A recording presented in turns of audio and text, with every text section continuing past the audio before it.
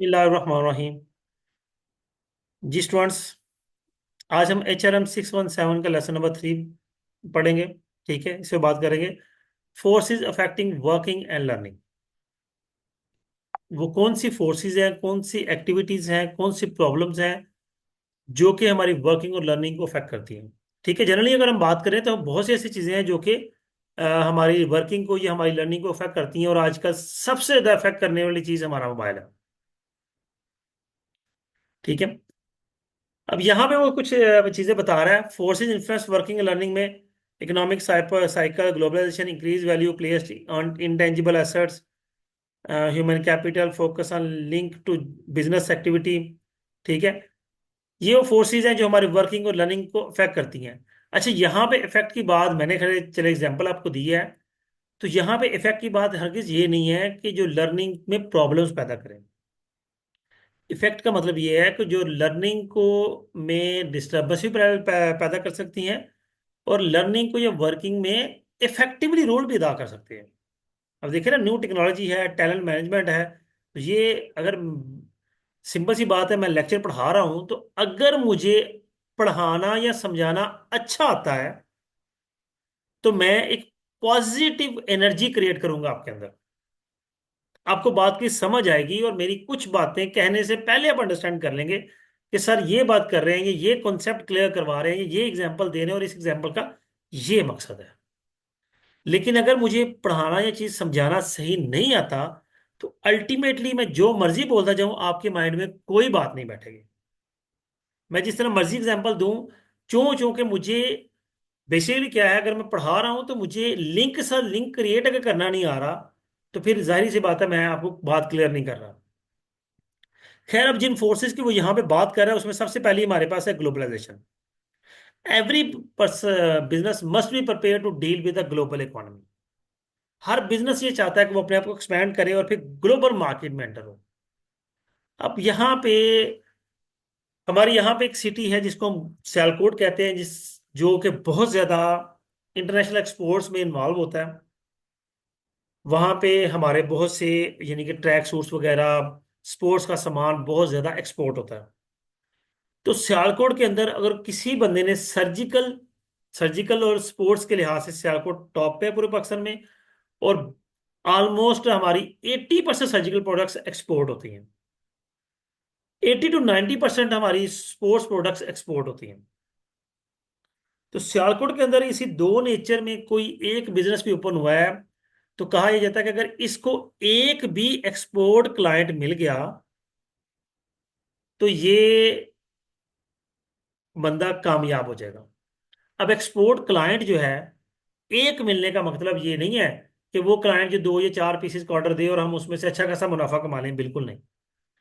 मुनाफा मैटर नहीं करता। मैटर ये करता है कि आपका वो क्लाइंट किस लेवल का है।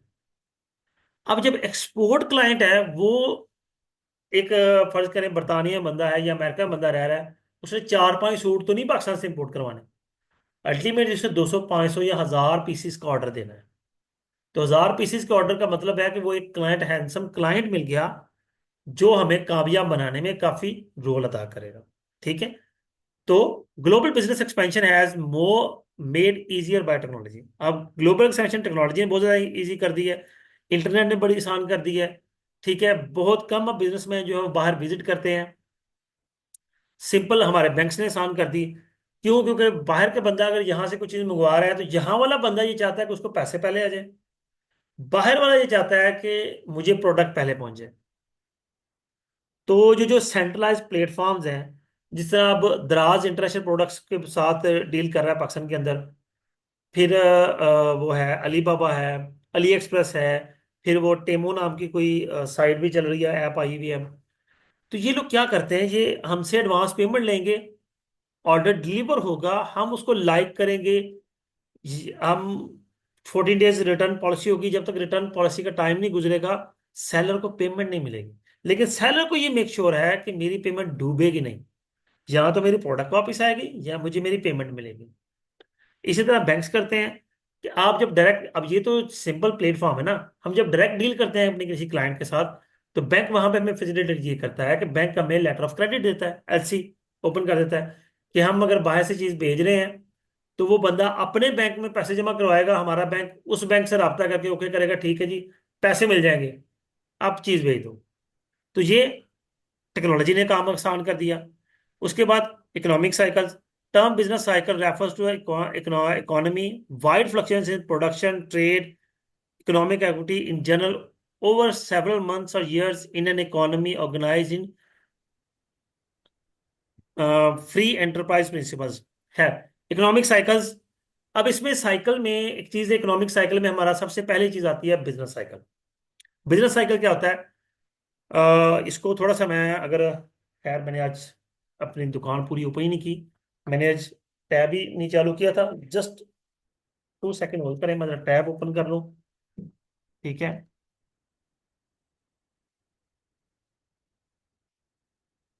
मैं आपको बिजनेस साइकिल बना के दिखा दूंगा।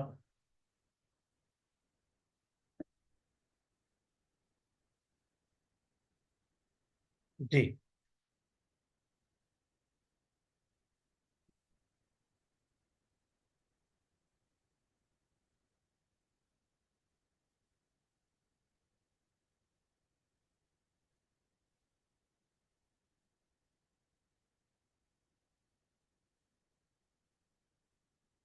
देखिए जी, हमारे पास यहाँ बनाते हैं, कुछ इस तरह की फिगर बनती है। ये हमारा डिप्रेशन फेज है, जब बिजनेसेस बिल्कुल डाउन ग्रेड में आ जाते हैं। इसको रिकवरी कहते हैं। ये बूम है, जब बिजनेसेस बहुत पैसा कमा रहे हैं, बेहतरीन बिजनेस चल रहे हैं। ठीक है, और ये है रिसेशन। आप पूरा ये साइकिल समझ लें। बूम बूम में क्या है, बिजनेस बहुत ज्यादा एक्स्ट्रॉर्डनरी परफॉर्म कर रहे हैं, पैसा कमा रहे हैं, चल रहा है, सेल्स हो रही हैं, टर्नओवर बेहतरीन चल रहा है। फिर आस्ते आस्ते बिजनेस नीचे आना शुरू हो गया रिसेशन की तरफ। ठीक है, बिजनेस डोर फॉर्म में आने शुरू हो गए, सेल्स कम होना शुरू हो गई, कुछ बिजनेसेस शायद बंद भी हो जाएं। फिर आ जाता है डिप्रेशन स्टेज। ये वो स्टेज है जहां पे बिजनेस बिल्कुल लो लेवल पे आ गया। ठीक, सेल्स बहुत लो है, इवन नुकसान हो रहे हैं, छोटे छोटे बिजनेसेस बंद हो रहे हैं। फिर एक वक्त आता है कि बिजनेस दोबारा रिकवरी की तरफ जाना शुरू हो जाते हैं, बेहतरी की तरफ। फिर boom recession, depression, recovery, boom recession. ये इस तरह से एक साइकिल चलता रहता है। ठीक है, इससे फिर क्या होता है? अल्टीमेटली जारी सी बात है, जब अब आगे यह टर्म एक लिखी हुई है जीडीपी की, ग्रॉस डोमेस्टिक प्रोडक्ट लिखा हुआ आगे। ठीक है, ये क्या है कि how much quantity of products produce with in the country, कितनी प्रोडक्ट्स कंट्री के अंदर प्रोड्यूस होती हैं और उनकी कॉस्ट क्या है। ये हमारा जीडीपी का रहता है, ग्रॉस डोमेस्टिक प्रोडक्ट। ठीक है, नेक्स्ट भी क्या है हमारे पास? उसके बाद increase value placed in on intangible assets and human capital. हमने ह्यूमन कैपिटल इंटेंजिबल एसेट्स में वैल्यू प्लेस करना शुरू कर दी। अब इंटेंजिबल एसेट्स क्या मुराद है? इसमें आ जाता है हमारे पास इंटेंजिबल एसेट्स में कॉपीराइट्स, बल्कि आप कॉपीराइट्स को भी छोड़ें, ट्रेडमार्क, ये जितने भी ब्रांड्स हैं, इवन केएफसी है, एचएफसी है, ये ट्रेडमार्क्स हैं, रजिस्टर्ड ब्रांड्स हैं। कोई बंदा इनका नाम यूज नहीं कर सकता। तो फिर ये लोग क्या करते हैं, फ्रेंचाइज सिस्टम है, जैसे स्कूल्स हैं, कॉलेजेस हैं, ये सारी ट्रेडमार्क्स हैं। और फिर पेटेंट्स, कोई नई टेक्नोलॉजी जिस तरह कंप्यूटर सॉफ्टवेयर बनाया जाता है उससे रजिस्टर करा ली जाए तो वो पेटेंट कहलाता है। कोई साइंटिफिक फार्मूला है, ठीक है, फिर कोई भी इस तरह की चीज जैसे मोबाइल फोन्स हैं, उनके एप्स हैं, तो ये सारी चीजें पेटेंट में आती हैं। तो ये अब देखें, इसका बहुत ज्यादा रूज चल रहा है। हर बिजनेस कोई ना कोई अपना सॉफ्टवेयर डेवलप करता है, कोई एक्टिविटी इस तरह की कर रहा है। तो इंटेंजिबल एसेट्स, और दूसरा ह्यूमन कैपिटल, इंसानों में मेहनत की जा रही है, इंसानों को बनाया जा रहा है, लोगों को ट्रेन किया जा रहा है, डेवलप किया जा रहा है, ताकि वो हमारे लंबे अरसे तक हमारे काम आ सके। यहाँ पे वो इंटेंजिबल एसेट्स की technical education, work related know-how, work related competence, ये ह्यूमन कैपिटल है। कस्टमर में customer relationship, brands, social capital में culture, corporate culture, management philosophy. जी मेरा एक क्वेश्चन था जी जी। कि सर मेरा क्वेश्चन था कि सोशल कैपिटल इंटेलेक्चुअल कैपिटल हमें इसकी डेफिनेशन याद करनी पड़ी जिस तरह से बुलेट्स में दी हुई है।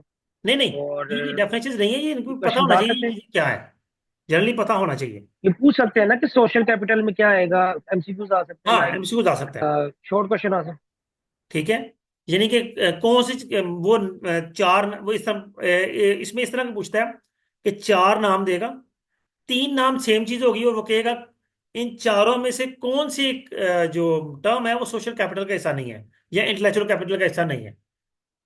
ठीक है। अब देखिए इंटेलेक्चुअल कैपिटल में आपको जो आपको इंटेंजिबल एसेट में बताया, patents, copyright, trade secrets, intellectual property, ये चीजें। सोशल में आपको बताने लगा था, कॉर्पोरेट कल्चर की बात करने लगा था। अब एक ऑर्गेनाइजेशन के अंदर का जो कल्चर होता है, हर ऑर्गेनाइजेशन का अपना एक कल्चर है। ठीक है। अब जिस ऑफिस में मैं जॉब करता हूँ वहां पे फीमेल्स भी जॉब कर रही हैं, मेल्स भी कर रहे हैं हम। ठीक है। एक टैक्सेशन, मैं टैक्स कंसल्टेंट हूँ, वैसे वो ऑडिट एंड टैक्स फर्म है। तो वहां पे क्या है कि फीमेल्स भी जॉब कर रही है, मेल्स भी कर रहे हैं।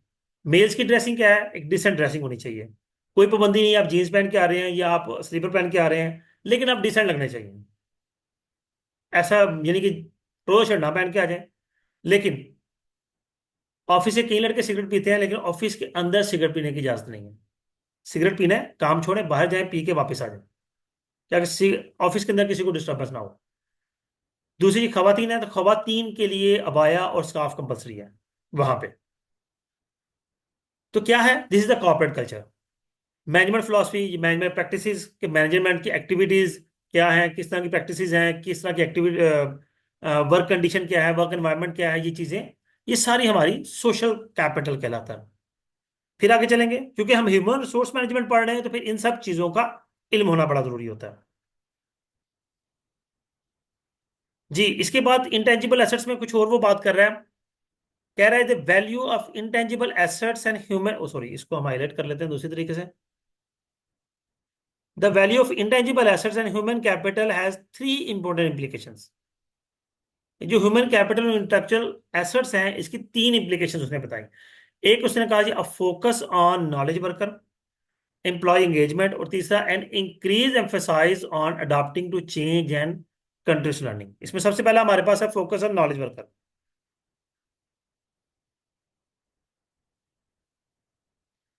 सेम, सबसे पहली बात, ह्यूमन कैपिटल, अगेन वही बात आ गई कि हम अपने वर्कर को इतना ट्रेन करते हैं, इस काबिल बनाते हैं कि अब इसकी एक और मिसाल है कि हमारे पास एक टैक्स का हम काम एक ऑफिस के लिए करते थे। तो उस ऑफिस के बारे में थोड़ी सी इंफॉर्मेशन है कि उन्होंने क्या किया, उन्होंने अपने स्टाफ के लिए, आईटी के ऑफिस था वो, स्टाफ के लिए, क्योंकि उनके फॉरेन क्लाइंट्स थे, तो इंग्लिश लैंग्वेज कोर्स करवाया 15 डेज का।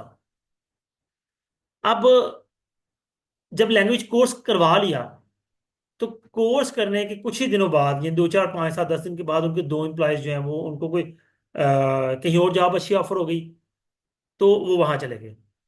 अब हम, मेरा मेरे बॉस बैठे हुए थे, वहां बात हो रही थी, ऐसी बातों में उन्होंने बताया कि दो हमारे एम्प्लॉयज जो हैं वो क्विट कर गए। तो बात की कि फिर आपने खुद ट्रेनिंग करके अपने एम्प्लॉयज को लूज कर दिया। तो उन्होंने कहा जी, मेरा मकसद उनकी ट्रेनिंग, उनकी डेवलपमेंट थी। अब किसी को बेहतर को कोई रिसोर्स मिलता है, कोई बेहतर जगह जॉब मिलती है, तो उसका मैं, वो मेरे बाउंड नहीं है, वो चाह सकते हैं।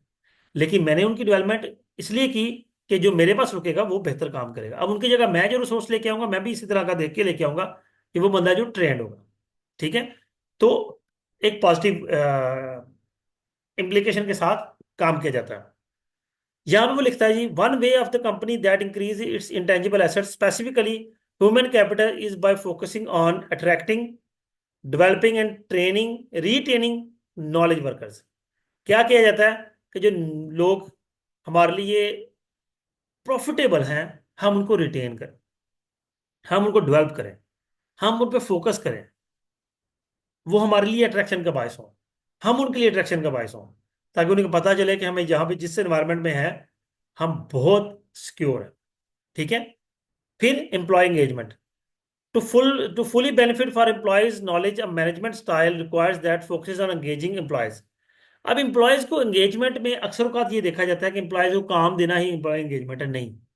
आप एम्प्लॉय के साथ इमोशनली इन्वॉल्व होते हैं।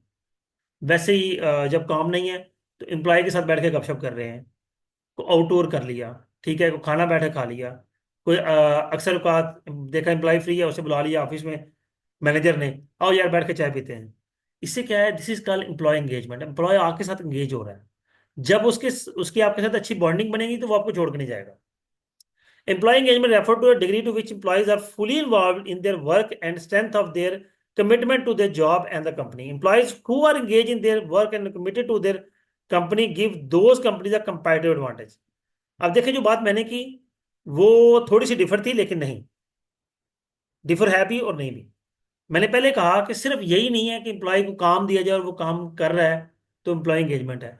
आप उसको इमोशनली एंगेज करते हैं तो वो अल्टीमेटली और बेहतर आपके लिए काम करेगा। क्यों? क्योंकि उसे पता है कि ये बंदा मुझे इंपॉर्टेंस दे रहा है, कंपनी मुझे इंपॉर्टेंस दे रही है। ठीक है, तो फिर वो कंपनी के लिए पूरी करेज के साथ काम करता है। This is called employ engagement. आगे, change in continuous learning. In addition to acquiring and retaining knowledge workers, companies need to be able to adapt to change. Change refer to adaptation of new idea or behavior of the company. ये बहुत basic point है और बहुत सी company इसको follow नहीं करती, जिसकी वजह से वो एक ही जगह स्टैटिक रहती है, वो आगे निकल ही नहीं पाती। क्या है कि आप जब मुसलसल अपने एम्प्लॉय को बेहतर बना रहे हैं और मुसलसल अपने एनवायरनमेंट में चेंज लेके आ रहे हैं, तो वो अल्टीमेटली आपको डेवलप कर रहे हैं। अब कुछ ऑर्गेनाइजेशन ऐसी होती हैं जो कि चेंज को रेजिस्ट करती हैं। वो अपने उन्होंने एक पूरा कल्चर बनाया हुआ, वो अपने कल्चर को चेंज नहीं करना चाहते, तब्दील नहीं करना चाहते, और फिर अल्टीमेटली क्या होता है कि जब वो कल्चर को चेंज नहीं करते तो वो पीछे रह जाते हैं।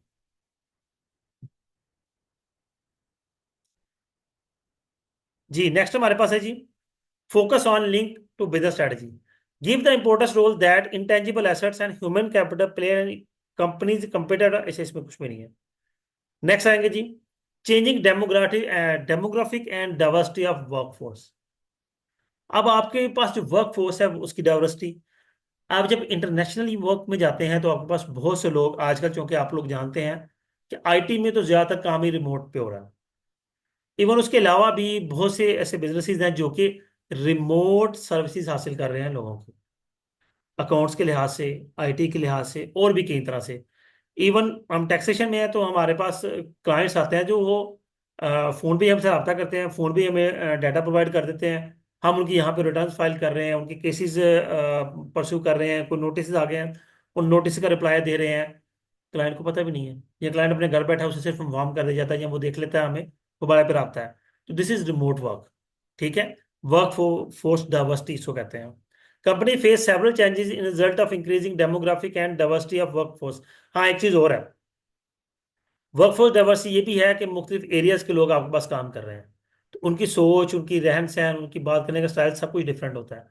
अब आप अगर बाहर जाकर काम करते हैं, मुल्क के बाहर सर, जाते हैं। रियल जी, चैलेंजेस का मतलब क्या है? समझ नहीं रियल बात की। चैलेंजेस का मतलब क्या सेवरल है? चैलेंजेस, रियल चैलेंजेस का मतलब। जी। सिविल नहीं, सेवरल है। सेवरल कहते हैं कई सेवरल, तरह के सॉरी। चैलेंजेस। मैं वही बताने लगा ना। अब आप बाहर जाकर काम करते हैं और आपको इंग्लिश बोलनी नहीं आती, तो आपको जो कंपनी जॉब दे रही है और जिस कंपनी में आप जॉब कर रहे हैं, आप दोनों चैलेंज फेस करेंगे, लैंग्वेज प्रॉब्लम, लैंग्वेज बैरियर का। इंग्लिश आपको नहीं आती। अब जर्मनी में या चाइना में अगर आप जॉब करने के लिए जाएंगे तो वहां पे आपके पास सबसे बड़ा लैंग्वेज प्रॉब्लम, जर्मनी में जर्मन और चाइनीज, चाइना में चाइनीज, कि वो लोग, ये दोनों कंट्रीज अपनी लैंग्वेज को बहुत ज्यादा प्रेफर करती हैं। ठीक है, तो ये इंग्लिश को इतना प्रेफर नहीं करते हैं। ये फॉरेनर्स के साथ भी अपनी लैंग्वेज में बात करते हैं, और अगर फॉरेनर की लैंग्वेज नहीं आती तो उसको ट्रांसलेटर की जरूरत है। तो this is called work force diversity, और ये एक बहुत बड़ा चैलेंज होता है। और भी कई तरह के होते हैं। ठीक है, आप यही देख लें कि खवातीन अगर एक ही जगह पे काम, मेल और खवातीन, फीमेल्स काम कर रहे हैं, तो वहां पे जो वो है फीमेल हैरेसमेंट का प्रॉब्लम, वो एक चैलेंज है। ठीक है, तो कई सेवरल चैलेंजेस ये बेसिकली है। Increase in ethnic and racial diversity. अच्छा, एक मिनट मुझे, हमें एक स्टूडेंट ने ज्वाइन किया हुआ है, उन्होंने बताया ही नहीं। जी बेटा, अपना नाम बताएं जरा।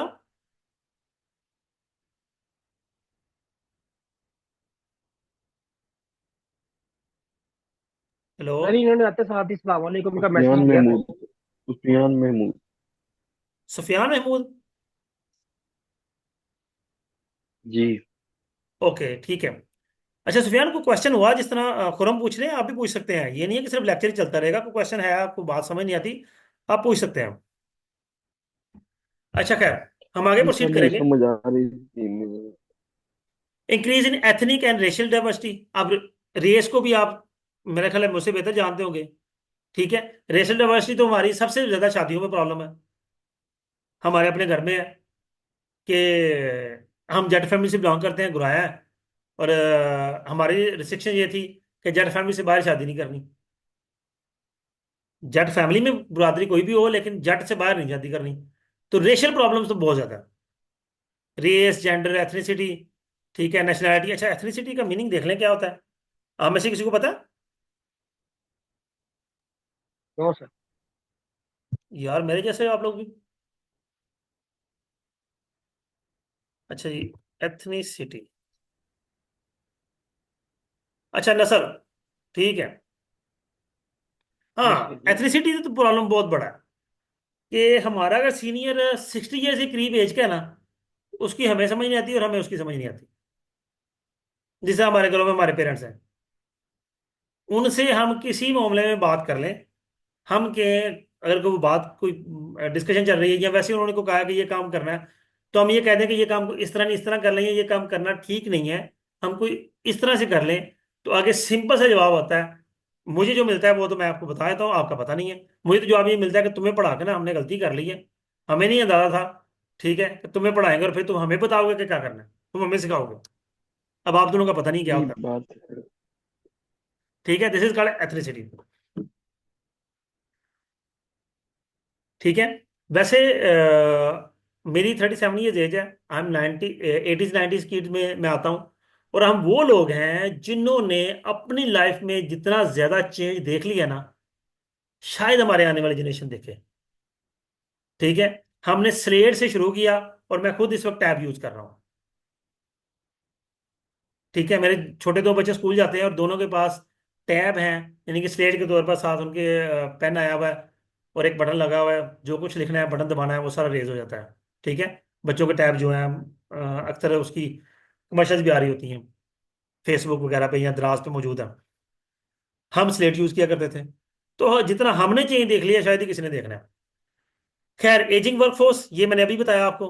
ये वही वो एज फैक्टर के हवाले से। ये देखें, यहाँ एक स्टेटमेंट लिखी हुई है। The ageing population means that companies are likely to employ a growing share of older workers, many of them in their second or third career. Older people want to work, and many say they plan a working retirement. Despite myth to the contrary, worker performance and learning in most jobs is not adversely affected by aging. कैसी चीज है, जो retire हो रहे होते हैं वो कहते हैं जी हमें रिटायर के साथ साथ तो काम भी दें, बिल लेना रखे हमें।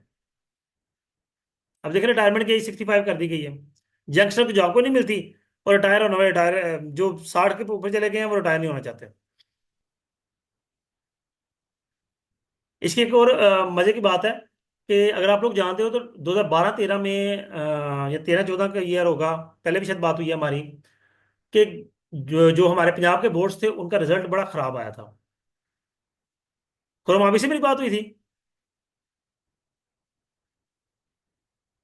ये शायद किसी और स्टूडेंट से हुई होगी। रिजल्ट खराब आया था, तो वो खराब करने वाले लोग बोर्ड्स के जो एजेड पीपल थे, यानी कि जिनकी एज 45-50 ईयर्स के राउंड थी, उनका कारनामा था, क्योंकि उन्हें अंदाजा था कि अगर तो ये जी जी टोटली सर, मेरे आईटी। साथ ही हुई थी। सॉरी, मैं आपकी बात काट रहा हूँ, मेरे साथ ही हुई थी वो। स्क्रीन पर टैप नहीं हो रहा था, वैसे माइक म्यूट नहीं हुआ। जी, ओके। मेरे साथ बहुत डिटेल में बात हुई। जी जी बिल्कुल, मैं वही मिसाल दे रहा हूँ कि वो क्या हुआ कि आईटी भी चूंकि सारा ऑनलाइन सिस्टम शिफ्ट किया गया, तो उन्होंने इस चीज को रजिस्ट किया, क्योंकि उन्हें पता था कि हमें फारिग कर दिया जाएगा। This is the ageing problem. Next चलते हैं जी। Below show how companies can use this increase diversity to provide comparative advantage. इस चीज को किस तरह कंपनीज अपनी कंपैरेटिव एडवांटेज में कन्वर्ट करती हैं, वो देखते हैं जी आगे। अब देखिए, जब ट्रेनिंग की जाएगी तो उसमें कॉस्ट लगेगी। Employ attraction and retention, employees को अट्रैक्ट करना और रिटेन करना, ये एक बड़ी मेन चीज है। ठीक है। पैसा खर्च करना, फिर मार्केट शेयर अटेन करना। For the multinational organisation, the insight and cultural sensitivity that members they root in other countries bring to marketing effort. अब देखिए, वर्कफोर्स डाइवर्सिटी ये कंपनीज मार्केट शेयर के लिए बियर कर रही हैं। जब मल्टीनेशनल कॉर्पोरेशन होगी तो उनकी वर्कफोर्स डाइवर्सिटी सबसे ज्यादा है। लिखा क्या हुआ? For multinational organisations,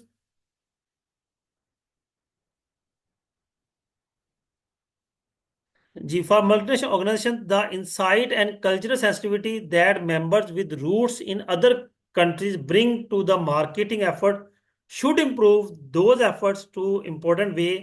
The same rationale applies to marketing to subpopulation within domestic operations.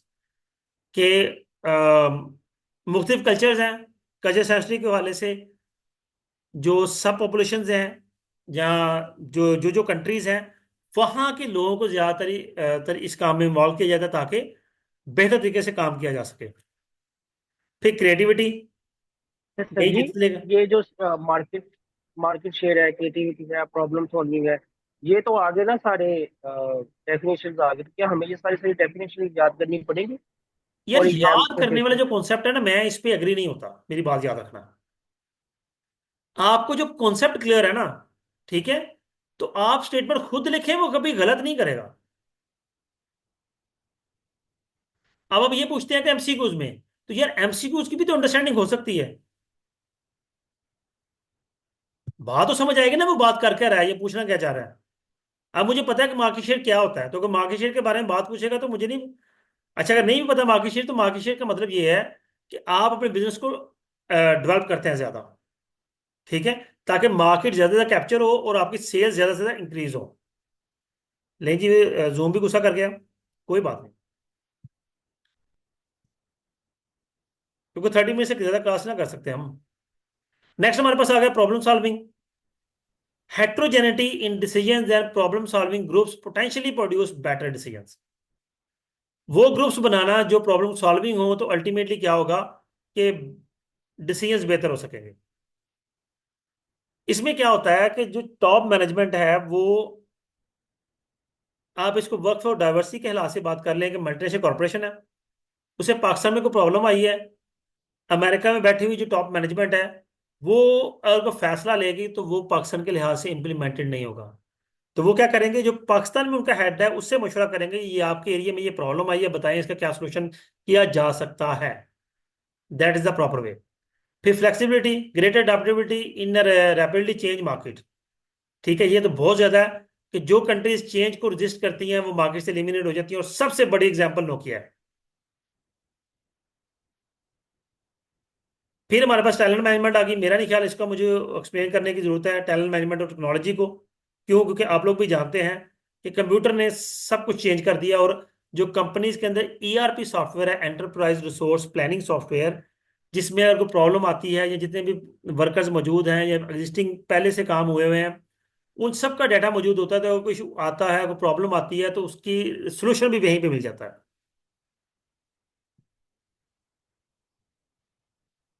और ले जी, हमारा लेसन नंबर 3 भी कंप्लीट हो गया। उम्मीद करता हूँ कि चीज़ें आपके लिए अंडरस्टैंडिंग होगी। वो क्वेश्चन है स्टिल, आप पूछ सकते हैं।